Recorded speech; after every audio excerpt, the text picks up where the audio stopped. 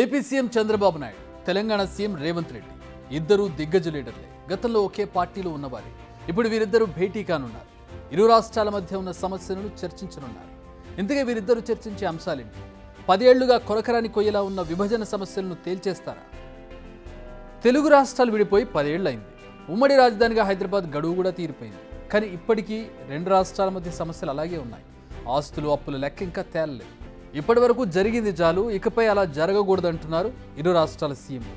నిజానికి సీఎం రేవంత్ రెడ్డి వీటిపై ఎప్పటి నుంచో ఫోకస్ చేశారు. ఇప్పుడు ఏపీ వైపు నుంచి కూడా దీనిపై అడుగులు పడ్డాయి. అందులో భాగమే సీఎం రేవంత్కు ఏపీ సీఎం చంద్రబాబు రాసిన లెటర్. రాష్ట్ర విభజన జరిగి 10 ఏళ్లయింది, వాటిపై చర్చిద్దామంటూ ఆహ్వానించారు చంద్రబాబు. జూలై 6న సాయంత్రం భేటీ అవుదామన్నారు.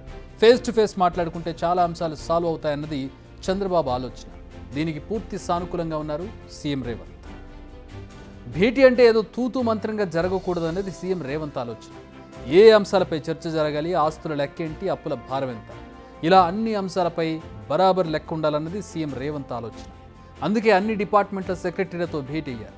వారి వద్ద నుంచి పక్కా సమాచారం సేకరించారు. ఏపీ నుంచి రావాల్సిన నిధులేమన్నా పెండింగ్లో ఉన్నాయా, గత ప్రభుత్వాలు ఏం చర్చలు జరిపాయి, అప్పుడు ఏపీ ప్రభుత్వం ఏం సమాధానాలు ఇచ్చింది, ఇప్పుడు ఎలాంటి అంశాలను లేవనెత్తారు, ఇలా ప్రతి అంశాన్ని స్వయంగా చర్చిస్తున్నారు రేవంత్. రేవంత్ చంద్రబాబు భేటీకి ఫినాన్స్, రెవెన్యూ అధికారులు కూడా అటెండ్ అయ్యే అవకాశం ఉంది. ఇరు రాష్ట్రాల మధ్య నిజానికి చాలా అంశాలపై భిన్నాభిప్రాయాలున్నాయి. 9-10 షెడ్యూల్లోని అంశాలను విభజించాలని నిర్ణయించినా సాధ్యం కాలేదు. ప్రధానంగా సీలేరు పవర్ ప్రాజెక్టుకి ఏపీలోకి వెళ్ళింది. ముంపు మండలాలను తిరిగి తెలంగాణలో కలపాలని కాంగ్రెస్ ఎప్పటి నుంచి డిమాండ్ చేస్తుంది. మరి ఇది అమల్లోకి వస్తుందా లేదా చూడాలి. హైదరాబాద్లోని ఆర్టీసీ ఆస్తుల పంపకాలు జరగలేదన్నది ఏపీ వాదన. ప్రధానంగా ఆర్టీసీ కళ్యాణ మండపం తమకు కేటాయించాలంటుంది ఏపీ. దీంతో పాటు హైదరాబాద్లో 3 బిల్డింగ్స్ 10 ఏళ్ల పాటు ఏపీ ఆధీనంలో ఉన్నాయి. అందులో ఒకటి లేక్ వ్యూ గెస్ట్ హౌస్, మరొకటి మసాబ్ ట్యాంక్లోని సిఐడి బిల్డింగ్, ఆదర్శ్ నగర్లోని హెరిటేజ్ బిల్డింగ్. ఈ 3 మాత్రమే కాకుండా కోఠిలో ఉన్న Vaidya Vidhana Parishad, HACA Bhavan, pharmacy council, red హిల్స్లోని సెరికల్చర్, హార్టికల్చర్ భవనాల్లో కూడా ఏపీ వాటా కోరుతోంది. అయితే ఈ బిల్డింగ్స్పై ఏపీకి ఎలాంటి వాటా లేదన్నది తెలంగాణ ప్రభుత్వ వాదన. ఇవి కాకుండా కృష్ణానది జలాల అంశంపై కూడా అనేక వివాదాలు ఇంకా తేలలేదు. విజయ డైరీ కావచ్చు, ఉన్నత విద్యా మండలి డిపాజిట్లు, థియేటర్ డెవలప్మెంట్ కార్పొరేషన్లపై కూడా ఇంకా వివాదాలున్నాయి. భేటీకి ముందు ఈ అంశాలన్నిటిపై క్లారిటీ తీసుకుంటున్నారు సీఎం రేవంత్. ప్రజాభవన్లో ఈ నెల 6న ఈ భేటీ జరిగే అవకాశం ఉంది. నిజానికి రేవంత్ మొదటి నుంచి ఒక మాట చెబుతున్నారు. అదేంటంటే పక్క రాష్ట్రంతో సఖ్యతగా ఉండాలి. ఆయన ఫోకస్ కూడా అపరిష్కృత అంశాల పరిష్కారంపై ఉంది. దీంతో ఈ భేటీ ఇరు రాష్ట్రాధినేతలకు ఒక గోల్డెన్ ఛాన్స్ అని చెప్పాలి. అయితే ఇక్కడ ఒక ప్రమాదం కూడా పొంచి ఉంది. రేవంత్ రెడ్డి గతంలో టీడీపీలో ఉన్నందున ఇరువురి మధ్య చాలా సత్సంబంధాలు ఉన్నాయి.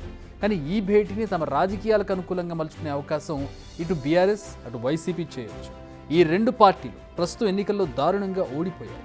ఇప్పటికి కూడా ప్రజల్లోకి వచ్చేందుకు ముఖం లేదు ఈ 2 పార్టీలకు. అయితే ఈ భేటీ మాటను వికృత రాజకీయాలు చేసే అవకాశం కనిపిస్తోంది.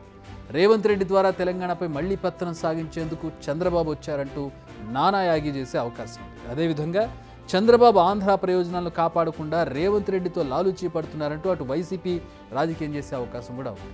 అందుకే ఈ ఇద్దరు సీఎంలు విభజన సమస్యలతో పాటు ఈ రాజకీయాలను ఎదుర్కొనేందుకు కూడా సిద్ధంగా ఉండాలి. నిజానికి బీఆర్ఎస్, వైసీపీ ప్రభుత్వాలు మంచి సఖ్యతతో ఉండేవి. ఇరువురు సీఎంలు కూడా భేటీ అయ్యారు. కానీ టీ, కాఫీలు, ఫోటో సెషన్ వరకే అది ఆగిపోయింది. అంతేగాని ఇరు రాష్ట్రాల మధ్య సమస్యలపై ఇద్దరు ఫోకస్ చేయలేదు. ఆ తర్వాత స్టెప్స్ కూడా పడలేదు.